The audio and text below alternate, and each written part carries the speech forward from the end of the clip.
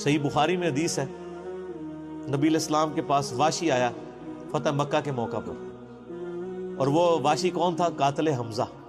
اوئے ہوئے، حمزہ نبی علیہ السلام کے صرف چچا نہیں تھے بلکہ بھائی بھی تھے، دو شریک اور ہم عمر بھی تھے، دوست بھی تھے۔ واشی کو حضرت بلال نے سفارش کروائی کہ یا رسول اللہ میرے کہنے پہ معاف کر دیے جائے۔ واشی پیش ہوا، فرمایا واشی یا رسول اللہ، قاتل حمزہ یا رسول اللہ، تیرا ایمان قبول ہے لیکن کیا تو ایسا کر سکتا ہے کہ اپنی شکل مجھے نہیں دکھا؟ اوئے ہائے ہائے، یہ وہ شخص ہے جو حریص علیکم بالمؤمنین رؤوف الرحیم ہے، لیکن نبی علیہ السلام نے قاتل حمزہ کو معاف کیا اور فرمایا پوری زندگی پھر واشی سامنے نہیں آیا حضور کے، حالانکہ آپ کو تو اللہ نے گارنٹی دی ہے حریص علیکم بالمؤمنین رؤوف الرحیم، نبی علیہ السلام مومنین پر رؤوف بھی ہیں، رحیم بھی ہیں۔ اب میں تھوڑی سی انجینئرنگ کرتا ہوں کہ انسان کو اپنے چچا سے زیادہ محبت ہوتی ہے یا اپنی اولاد سے؟ مطلب اس پہ تو کوئی دوسری رائے نہیں ہے۔ جن جن کے بچے ہیں، یعنی میرے بھی اپنے بچے ہیں، آپ میں سے بھی اکثر لوگ شادی شدہ بیٹھے ہیں، آپ خود انالیسس کر لیں، بلکہ اولاد تو بعض کا انسان کو ماں باپ سے آگے ہو جاتی ہے۔ تو جن لوگوں نے حضرت حمزہ کے ساتھ ظلم کیا اور ان کو قتل کیا، ان کا ایمان قبول نہیں کیا گیا۔ تو جن لوگوں نے حضرت حسین ابن علی کے ساتھ ظلم کیا یا حضرت علی ابن ابی طالب کو تکلیفیں دی ہیں جو حضور کے بچوں کی جگہ تھے، ان کے بارے میں آپ ایکسپیکٹ کر سکتے ہیں کہ نبی الاسلام کے دل میں ان کے بارے میں کوئی محبت کے جذبات ہو؟ Not at all. حتیٰ کہ آپ دیکھ لیں مسند احمد میں تواتر سے وہ حدیث نقل ہوئی ہے کہ ابن عباس کہتے ہیں کہ ایک دوپہر کے وقت میں نے خواب دیکھا اور میں گھبرا کے اٹھ گیا اس خواب کی وجہ سے۔ میں نے دیکھا کہ نبی علیہ السلام جو ہے وہ پرانگدہ حالت ہے، بال بکھرے ہوئے ہیں، جسم پہ گرد پڑی ہوئی ہے، ہاتھ میں خون کی ایک شیشی ہے، اور میں نے کہا یا رسول اللہ میرے ماں باپ قربان، آپ کی کیا حالت ہے؟ تو فرمایا کہ یہ حسین اور اس کے ساتھیوں کا خون ہے جو صبح سے میں کربلا میں سمیٹ رہا ہوں۔ اور یعنی یہ ایک اللہ کی طرف سے دکھایا گیا یہ تشبیہ۔ کہتے ہیں میں گھبرا کے اٹھا، میں نے وقت اور تاریخ نوٹ کر لی اور دن بھی۔ کئی ہفتوں بعد پتہ چلا کہ اسی دن 10 محرم 61 ہجری میں حضرت حسین ابن علی کو شہید کیا۔ تو حسین ابن علی کی وفات کے اوپر یہ ابن عباس کو خواب میں آنا حضور صلی اللہ علیہ وسلم نے انڈیکیٹر دے دیا ہے نا۔ اسی حدیث کو نقل کر کے اسماعیل دہلوی، جس کو دیوبند اور اہل حدیث جو اس وقت پریکٹیکلی یعنی ایک سمجھ لیں کہ یزید کے ٹھیکیدار بنے ہوئے ہیں اس کے دفاع کے اوپر، ان کے مشترکہ امام ہے اسماعیل دہلوی، شاہ ولی اللہ دہلوی کا پوتا۔ اس نے جو کتاب لکھی ہے نا تقویت الایمان، جس میں گستاخیاں بھی ہیں، وہ اس کتاب کے اندر ہم نے اس کا جے پی جی بھی لگایا تھا، اس میں اس نے لکھا ہے کہ اس حدیث سے پتہ چلا کہ نبی علیہ السلام وفات کے بعد بھی اللہ کی جنتوں میں حسین کے قتل کی وجہ سے غم زدہ ہیں۔ اور اس نے بھی لکھا یزید پلید لفظ لکھا، وہ اس پوری کتاب میں جہاں جہاں لفظ استعمال کرتے ہیں یزید پلید استعمال کرتے ہیں۔ تو بعد میں سعودیہ ایران ٹسل شروع ہوئی تو یہ یزید کی وکالت کرنی شروع کر دی۔ اہل حدیث تو خیر اس وقت ناصبیت اور یزیدیت کا جھنڈا اٹھائے ہوئے ہیں، دیوبند میں کم لوگ ہیں ایز کمپیئر ٹو اہل حدیث، اور بریلویوں میں تو بہت ہی کم ہے۔ تو یہ میں آپ کو صرف ایک کمپیریزن بتا رہا ہوں کہ انسان کو اپنی اولاد سے جو محبت ہوتی ہے وہ تو آپ سوچ نہیں سکتے۔ ترمذی میں اور مسند احمد میں حدیث ہے، نبی علیہ السلام نے حضرت حسین کو اٹھایا ہوا ہے اور آپ فرماتے ہیں اللہ یہ میرے بیٹوں میں سے ایک بیٹا ہے، اللہ اس سے محبت کر، جو اس سے محبت کرے، اس سے دشمنی رکھتے ہو اس سے دشمنی رکھ۔ ہم یہ پوچھتے ہیں کہ حسین سے دشمنی کس نے رکھی ہوئی ہے؟ ذرا پوائنٹ آؤٹ کریں نا، کیا یہ تھریٹیکل بات ہے؟ تھی نا دشمنی، آج تک ہے، اس زمانے میں بھی تھی، تو وہ ان لوگوں کو پھر ان کے ساتھ کیا معاملات ہوں گے؟ باقی واقعہ کربلا والا ریسرچ پیپر 5B پڑھ لیں تو آپ کو معاملات کلیئر ہو جائیں گے۔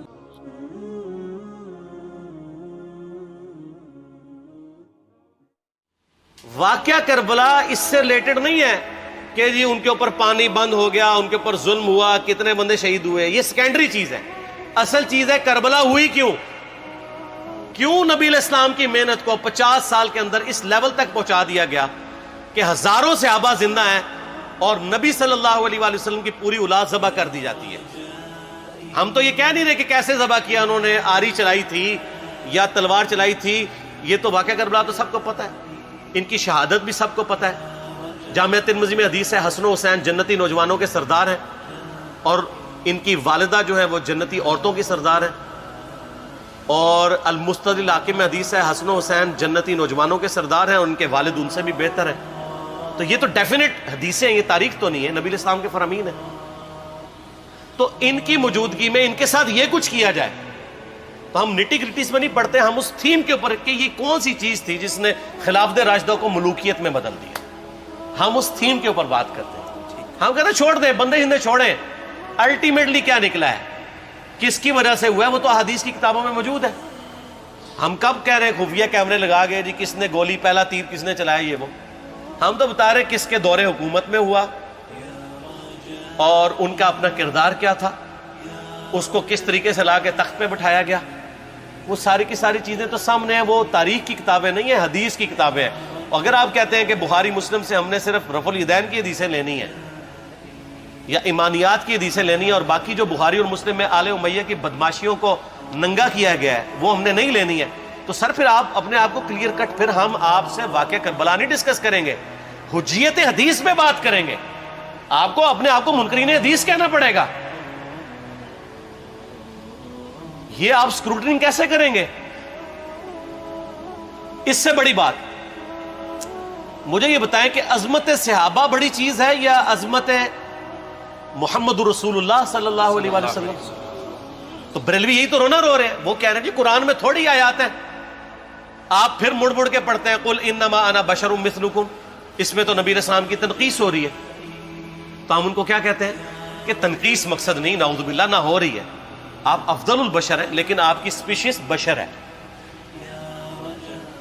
یہ ہم اپنا عقیدہ سمجھتے ہیں, وہ اس کو تنقیص شمار کرتے ہیں. تو پھر اس وقت آپ بھی بریلویوں کی بات مان کے تو یہ آیات پڑھنا چھوڑ دیا کریں. آپ کہتے ہیں نہیں آیات ہے کیوں نہ بیان کریں, تو ہم بھی کہتے ہیں احادیث ہے کیوں نہ بیان کریں. کہ صحیح بخاری میں حدیث ہے 2812 عمار کو ایک باغی جماعت قتل کرے گی, وہ جماعت دوزخ کی طرف بلا رہی ہوگی اور عمار ان کو اللہ اور جنت کی طرف بلا رہا ہوگا. اب اس کے نرغے میں جو جو آتا ہے وہ آئے, میں اپنے نبی سے ٹکر لے لوں آپ لوگوں کے منہ کا خیال رکھتے ہوئے کہ میں نبی علیہ السلام کو کہوں کہ آپ نے کیوں ایسی بات کر دی کہ مولا علی کے مخالفین کو آپ نے دوزخ کی طرف بلانے والی جماعت کہہ دیا. تو لیں آپ ٹکر, جائیں سیدھا دوزخ میں, اور تھوڑی جرت کریں آپ یہ کہا کریں کہ اے اللہ, اپنے لیے کہا کریں کہ اللہ تعالیٰ آپ کا حشر یزید اور یزید کے آباء و اجداد کے ساتھ کرے اور اس کی اولاد کے ساتھ. ہم کہتے ہیں کہ اللہ تعالیٰ ہمارا حشر جو ہے وہ مولا حسن حسین مولا علی علیہم السلام اجمعین اور اہل بیت کے ساتھ کرے, آمین. اور آپ میں تو اتنی جرت نہیں آپ یہ بات بھی کر سکیں کیونکہ ان کو پتہ ہے. تو نبی علیہ السلام کی احادیث کو بیان کرنے کو یہ سمجھتے ہیں کہ جی اس سے مصیبت کھڑی ہو جائے گی, تو اپنے آپ کو منکرین حدیث ڈکلیئر کریں. پھر حجیت حدیث کا مقدمہ ڈسکس ہوگا, پھر کربلا نہیں ڈسکس ہوگی. اور یہ ٹی وی پہ بھی آ کے مولوی بیٹھے ہوتے ہیں, سنیوں کے بھی شیعوں کے بھی, مڑ مڑ کے جی وہ یزید نے یہ کر دیا. وہ یزید نے کیا کیا ہے یار؟ وہ تو سسٹم کا نمائندہ بن کے آیا جو پیچھے سے خراب تھا. یزید کو لے کے بیٹھے ہیں, یزید یزید یزید یزید, بھائی پیچھے سے معاملہ خراب ہوا.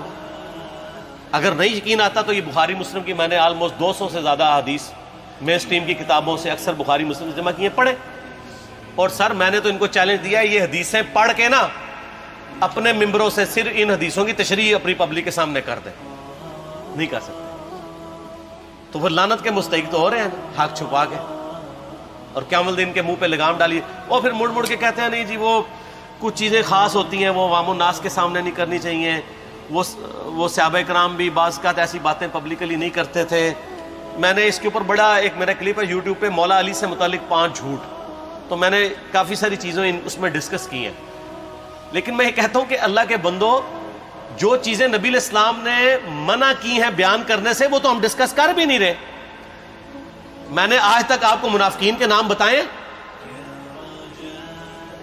آپ نے حذیفہ ابن یمان کو بتائے تھے نا آپ صلی اللہ علیہ وسلم نے, صحیح بخاری میں آتا ہے. تو میں نے آپ کو بتائے, آپ رازدار رسول تھے، وہ ختم ہوگی بات. میں نے کبھی ڈسکس کی ہے، اگرچہ میں نے صحیح مسلم کی حدیث 7035 نمبر ڈسکس کی ہے کہ نبی علیہ السلام نے فرمایا میرے صحابہ میں 12 منافق ہیں، وہ کبھی بھی جنت میں داخل نہیں ہوں گے یہاں تک کہ سوئی کی ناکے سے اونٹ نہ گزر جائے، اور ان میں سے 8 ایسا ہے جس کی کمر پہ دوبیلا پھوڑا نکلے گا. میں نے آج تک آپ کو بتایا کہ کس کس کی کمر پہ دوبیلا پھوڑا نکلا اور اس کی موت اسی پھوڑے میں ہوئی ہے، بتایا؟ تو میں تو وہ چیزیں ڈسکس بھی نہیں کر رہا، میں وہ چیزیں ڈسکس کر رہا ہوں جو نبی علیہ السلام نے علامات النبوہ میں بتائی ہیں.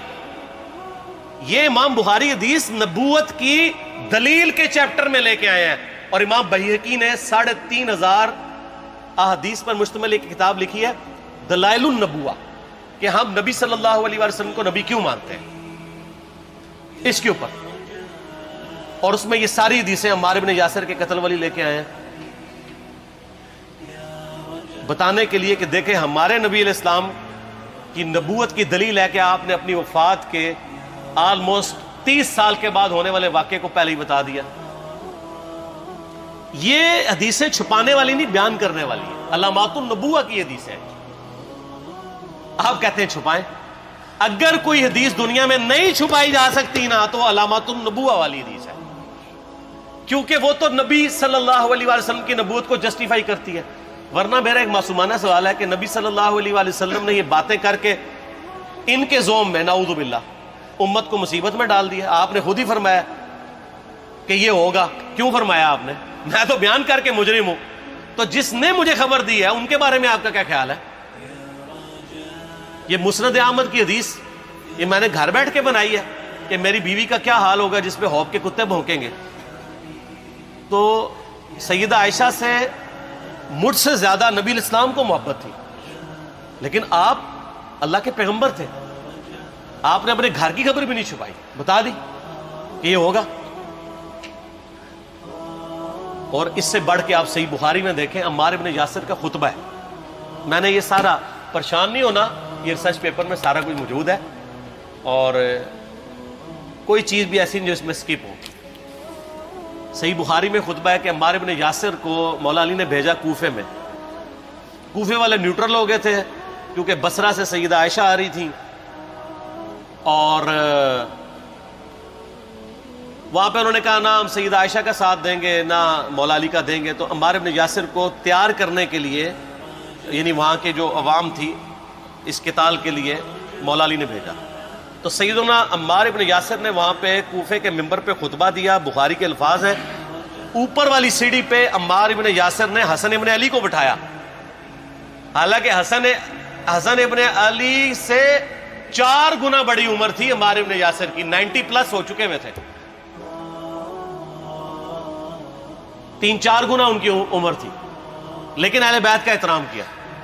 خود نچلی سیڑھی پہ بیٹھے. بخاری کے الفاظ ہیں کہ اے لوگو اللہ نے تمہیں آزمایا ہے، ایک طرف دنیا اور آخرت میں تمہارے نبی کی بیوی ہے سیدہ عائشہ، دنیا اور آخرت میں، یعنی عزت اپنی جگہ قائم. یہاں لوگ سمجھتے ہیں کسی کی غلطی آ گئی تو پتہ نہیں کیا ہو گیا. وہ یار اس کا مرتبہ اپنی جگہ ہے، غلطی اپنی جگہ ہے، پیغمبر نہیں ہے وہ. اور دوسری طرف علی ابن ابی طالب ہے. اللہ اب دیکھے گا تم عائشہ کی اطاعت کرتے ہو یا اللہ کی. علی کی نہیں، اللہ کی. کیوں؟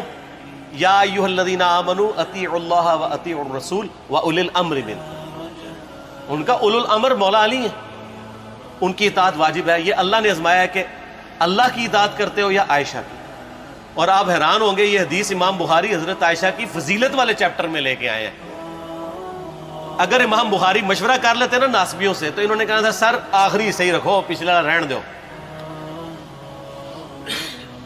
بلکہ پچھلے والا رکھو آخری والا رہن دو، کہ عائشہ دنیا اور آخرت میں. وہ حدیث گھڑنے کا میں آپ کو طریقہ بتاتا ہوں، کاٹ چھانٹ کرنے کا. وہ آدھی حدیثیں لکھتے ہیں نا، آدھی حدیث ایسے لکھتے ہیں امام بخاری کہ سیدہ عمار ابن یاسر نے خطبے کے دوران فرمایا کہ سیدہ عائشہ دنیا اور آخرت میں تمہارے نبی کی بیوی ہے، بس. لیکن امام بخاری نے پوری حدیث لی ہے، آگے وہ بھی ڈالا ہے کہ اللہ آزما رہا ہے کہ عائشہ کی اطاعت کرتے ہو یا اللہ کی، جیسے آپ کے علماء کر رہے ہیں. صحیح مسلم کی حدیث 6488 آدھی بیان کرتے ہیں سارے مولوی، بریلوی، دیوبندی، اہل حدیث سب. میرے صحابہ کو برا مت کہو، اگر تم میں سے کسی نے احد پہاڑ کے برابر بھی سونا خیرات کر دیا اور میرے صحابہ نے ایک مد یعنی 600 گرام خیرات کی، آدھا کلو، اس کے آدھے کو بھی نہیں پہنچ سکتا بس.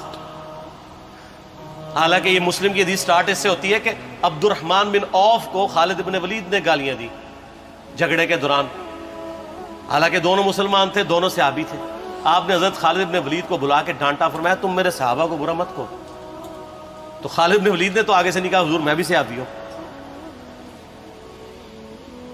ان کو پتا تھا کہ عبد الرحمن بن عوف نے اس وقت اسلام قبول کیا جب اسلام کا مطلب تھا مار، تکلیف اٹھانا، اور خالد بن ولید نے گولڈن پیریڈ میں صلح حدیبیہ کے بعد اسلام قبول کیا. میں اب تم لوگ یہ کر رہے ہو، تم لوگ اگر عہد پہاڑ کے برابر بھی سونا خیرات کر دو، یعنی صلح حدیبیہ کے بعد والے لوگ میرے ان کے برابر نہیں ہو سکتے. اور جو فتح مکہ پہ معافی مانگ کے مسلمان ہوئے ہیں طلقاء، مؤلفۃ القلوب آل امیہ، ان کا تو لیول ہی کچھ نہیں ہے. یہاں تو خالد بن ولید کے بارے میں یہ بات کی جا رہی ہے. اور پھر وہ مؤلفۃ القلوب اپنے زمانے میں ممبروں پہ سب و شتم کروائیں سیدنا علی پر. تو سب سے پہلے تو ان کو کہنا چاہیے جن کے بارے میں حدیث تھی کہ تم صحابہ کو گالی مت دینا. ہم نے تو خیر کبھی دی بھی نہیں ہے. اور میں یہ آخری جملہ ان کو ایسا بولتا ہوں کہ جو ان کے دماغ تک ڈرل کر جائے گا کہ آل امیہ نے جو کچھ اپنے دور کے اندر سیدنا علی کی گستاخیاں کی ہیں نا، ہم نے تو ویسی کوئی ایک گستاخی بھی آل امیہ کے بارے میں نہیں کی ہے. میں نے آج تک آل امیہ کے اوپر بائی نیم کسی کے اوپر لعنت کی ہے؟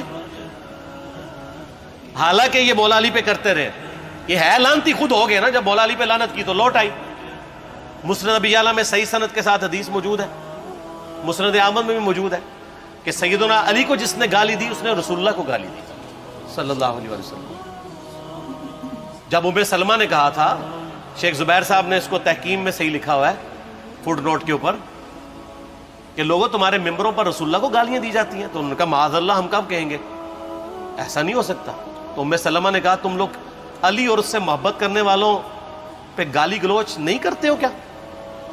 جبکہ میں نبی کی بیوی کہتی ہوں کہ سب سے زیادہ رسول اللہ سے محبت، سیدنا علی سے محبت نبی صلی اللہ علیہ وآلہ وسلم کرتے تھے. لہٰذا جب یہ تم کہتے ہو نا علی پر لعنت، علی سے محبت کرنے والوں پہ لعنت، تو یہ لعنت تو تم نبی علیہ السلام تک لے کے جا رہے ہو نعوذ باللہ، کیونکہ علی سے محبت کرنے والا پہلے نمبر پہ نبی صلی اللہ علیہ وآلہ وسلم ہے.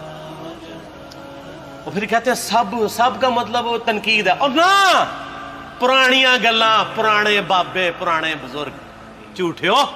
صحیح مسلم کھولو 6229 غدیر خم سے اگلی حدیث، لعن اللہ ابا التراب کے الفاظ ہیں، مٹی والے ابن ابی طالب پر لعنت، یہ الفاظ موجود ہے. سب کا ترجمہ لعنت ہی ہے، تنقید نہیں ہے. اچھا پھر میرا معصومانہ سوال ہے کہ اس کا مطلب ہے صحابہ پہ تنقید کرنا اچھا کام ہے؟ کہیں گے نہیں. تو بتاؤ یہ برا کام کون کرتا تھا؟ شیعہ کا ابا کون ہے؟ رافضیوں کا ابا کون ہے؟ آل امیہ. تو لہذا شیعہ نو میں کہنا کہ تسی شیخین کے اوپر بکواس اور تبرہ کرنے کی بجائے نا اب لوگوں کو حقائق بتائیں کہ ٹوٹی کمند کہاں. یہ سب مجرمین آل امیہ ہے. اور یہ آل امیہ اور بنو ہاشم کی لڑائیاں نبی علیہ السلام کی بعثت سے پہلے چل رہی تھی، صدیوں سے چل رہی تھی. وہ تو پھر اللہ نے بنو ہاشم کو نبوت کے لیے چنا تو ان کو یہ پھر جیلسی ہضم نہیں ہوئی، وہ چیز آگے چلتی تھی. خیر چھوڑ دیں، ایک تلخ ٹاپک ہے. صلاۃ بر محمد و آل محمد، اللہم صلی علی محمد و علی آل محمد. ٹھیک ہو؟